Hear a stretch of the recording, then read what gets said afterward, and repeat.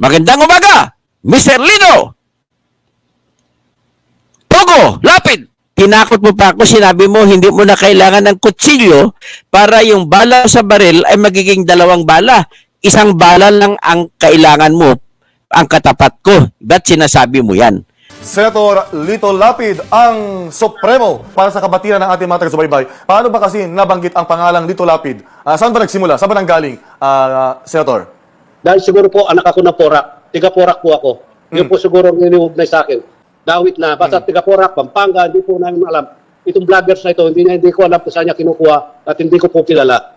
So itong vlogger na ito, wala kayong personal na pagkakakilala sa bawat isa. Kumbaga parang estranghero, itong vlogger na ito. Lalaki ba ito, babae? Go. Hindi ko po alam ko lalaki, pero ano po, hindi ko siya kilala, hindi pa ko nakita. Gusto ko, manggaling na rin sa inyo, Senator Lito Lapid. Para na-imagine kita, Supremo, parang gusto mong tirahin ng isang bala at dalawang mata yung tatamaan eh. Hindi na. Sa isang bala lang, kahit hindi ko atin yan, tatamaan yan eh. Sa isang bala lang, kahit hindi ko atin yan, tatamaan yan eh. Sa isang bala lang, kahit hindi ko atin yan, tatamaan yan eh. Sa isang bala lang, kahit hindi ko atin yan, tatamaan yan eh. Yun lang pala. Kaya nagagalit itong si Lito Lapid kay vlogger Toto Kausing kasi nga si Toto Kausing ang nag-expose mga kababayan ng mga di umano'y kinasasangkutan ni Lito Lapid dyan po sa Pogo. Si Toto Kausing ang nagsabi na ito raw si Lito Lapid ay di umano'y protector ng Pogo. At sabi ni Toto Kausing mga kababayan na ang lupang kinatatayuan ng Pogo dyan po sa Porac, Pampanga ay pagmamayari ni Lito Lapid. At maraming di umano'y syempre bilang protector, ibig sabihin ikaw ay kumikita diyan sa Pogo. Ayan po yung mga expose ni Toto Kausing laban po kay Lito Lapid, kaya galit na galit si Leon Guerrero. At meron po siyang interview mga kababayan na talagang hanggang ngayon ramdam na ramdam ko yung galit nito ni Lito Lapid kay vlogger Toto Kausing. So ngayon ang sabi, nagtanong kasi nag-interview sa kanya, sabi niya, eto ba vlogger na to? Ano ba? Kapag medyo lalabanan mo ba itong vlogger na to, gagamitan mo ba? Hihiwalayin mo pa ba yung bala para mahati? Kasi ganun yung style niya. Yung hahatiin yung balang ganun.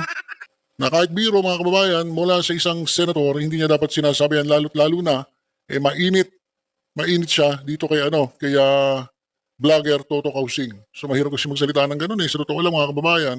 Kung sakaling biro lang yan, hindi dapat sinasabi yan ng Hindi yan sinasabi ng isang senator, incumbent senator. Kasi kahit biro yan, paano kung may nangyari kay Toto Kausing? Tapos nagsalita ka ng ganyan, di automatic, ikaw agad ang pagbibintangan. So yan po ay death threat di umano. At dapat makita ito, mapanood itong interview kay Leon Guerrero, dito kay Supremo, dito kay Primo, kay Lito Lapid. At kung kinakailangan na isampahan niya ng kaso ng death threat, ito si Leon Guerrero. Hindi natin alam kung biro, pero kung biro man ito mga kababayan, hindi dapat ito sinasabi ng isang senator. Diba? Kasi senator ka, ginagalang ka ng taong bayan, ginagalang ka ng dyan, bilang senator. Honorable nga tawag sa iyo, di ba? Tapos magsasalita ka ng ganyan, hindi na kinakailangan ng hatiin pa yung bala, isang bala lang, tatamaan yan. Sabi ni Lito Lapid. Di ba? Pwede naman yung sabihin, hindi na siguro tayo abot sa ganon. Di ba? Di ba dapat ganon sinabi niya? Para na-imagine kita, Supremo, parang gusto mong tirahin ng isang bala at dalawang mata yung tatamaan eh. Hindi na. Sa isang bala lang, kahit hindi ko atin yan, tatamaan yan eh. Yan po ang mga kagalang-galang na senador ng Republika ng Pilipinas. Manuel Lito Lapid. Pang-barangay kagawad.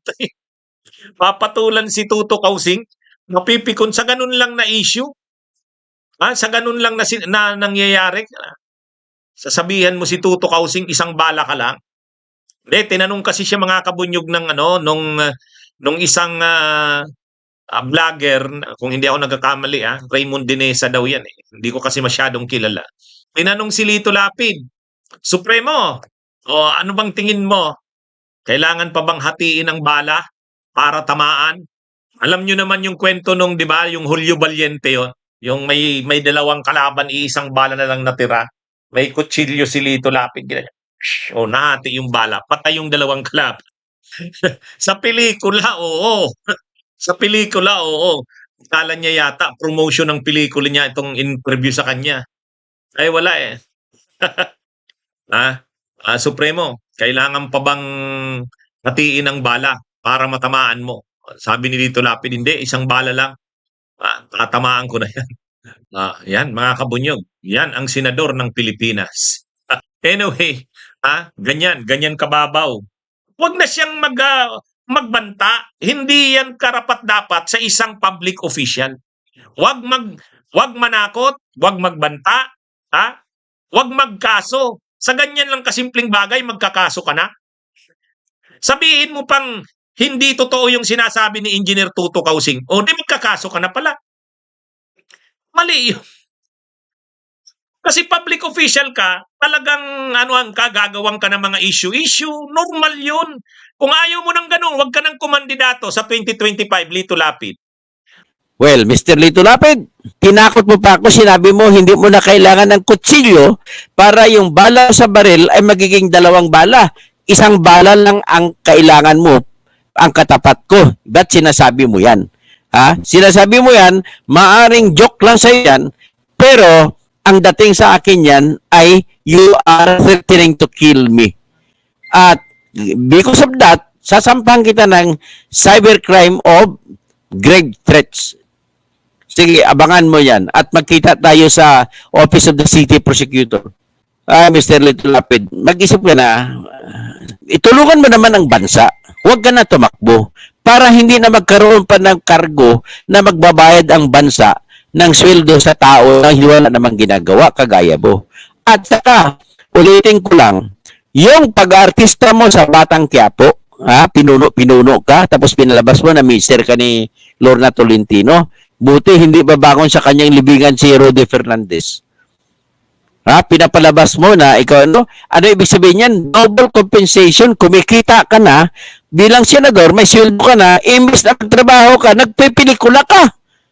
So, anong mangyari? Double compensation law ang nilabag mo. Pangalawa, dahil sa conflict sa trabaho sa Senado, ang ginagawa mo, nasushooting ka pa, ang oras ng Senado para sa iyo na sinisweldohan ka namin ay ginamit mo sa pag-shooting-shooting. Kaya ang tawag yan, conflict of interest. Dapat kasuhan ka rin sa paglabag sa ethics. Mag-prepare ako ng ethics complaint laban sa iyo. Mag-prepare din ako ng criminal complaint, isasampa ko sa Office of the Ombudsman laban sa iyo kasi ang ginagawa mo ay grave misconduct yan.